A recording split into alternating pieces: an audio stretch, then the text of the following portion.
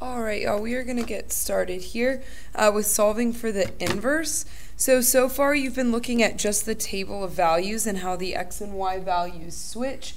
Now we are going to look at using an equation, how we can see that these two are inverses of each other.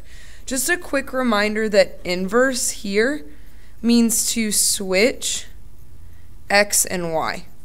Okay, so when I'm finding the inverse of something, I switch my x and y values. When I'm finding the inverse using an equation, I switch my x and y values and then get y by itself, or solve for y.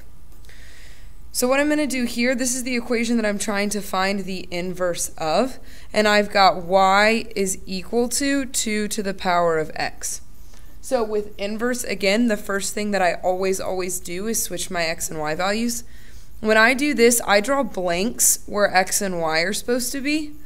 It helps me switch them and leave everything else in the equation exactly where it's supposed to be. So I switch x and y. And notice here that I end up with y as an exponent, which makes it a little bit trickier to solve. If I'm trying to solve for an unknown exponent, I have to cancel out the base. So what's tricky here is solving for an unknown exponent. I must cancel the base. So I need a math operation that will cancel out that 2.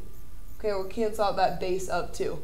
It's not going to be addition, subtraction, multiplication, division. It's not even going to be anything like square root. What cancels out a base is our operation of log.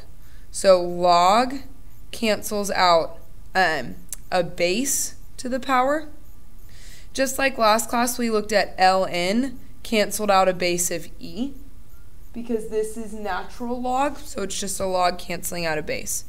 So in order to solve this, I'm going to have to take the log base 2 of both sides of the equation. So I take log base 2. Notice that our log is base 2 because the base of our equation, or the base of what our exponent is attached to, is 2. So I've got log base 2, 2 to the power of y. If I take the log base 2 of this side of the equation, reminder it's split by our equal sign, I also have to take the log base 2 of the other side of our equation. So log base 2 of x. Okay. Now here, we know that this log base 2 and this base of 2, they're going to cancel each other out. They are inverse operations. So the only thing I'm left with on this side of the equation is y. Here, I don't have a base 2 that this cancels out with. There's just log base 2. There's no 2 with an unknown exponent. So on the other side of the equation, I'm left with just log base 2 of x.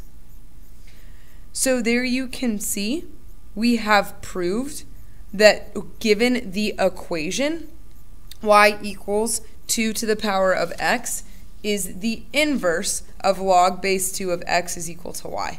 What you're going to do next is take this inverse equation you found. So this helps us prove that exponents, or y equals 2 to the x, and log base 2 of x are inverses. Okay. What you are going to do next is graph this and look at the relationship between these two functions. Okay.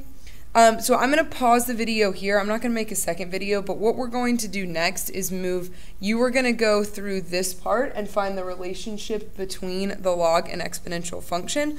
Then you are going to use that inverse relationship to start to solve. So pause the video here, finish this part. I'm going to go ahead and get moving on this part here. So what we are going to look at here is we've established a relationship, an inverse relationship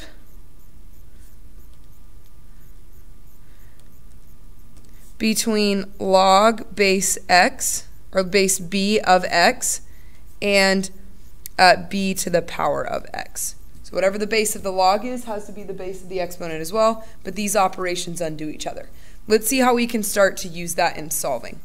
So on this first one, I have 2 to the power of x, which means I have an unknown exponent. If I have an unknown exponent, that means I have to use a log to solve. Okay, so here I have nothing in front of the base, so I'm going to go ahead and apply the log on both sides, and I'm going to use log base 2 because this has a value of 2. So I'm going to do log base 2 of 2x. I'll leave this in a different color, sorry. Log base 2 of 2x is equal to, well, if I take the log base 2 of this side of the equation, I also have to take the log base 2 of the other side of the equation, the entire other side of the equation. Okay, my log base 2 and my exponent with a base of 2, those two are going to cancel out. So on this side of the equation, I'm left with just x. On this side of the equation, I have log base 2 of 4x minus 5. Now on this one, log base 2 of 4x minus 5, I'm going to pause here.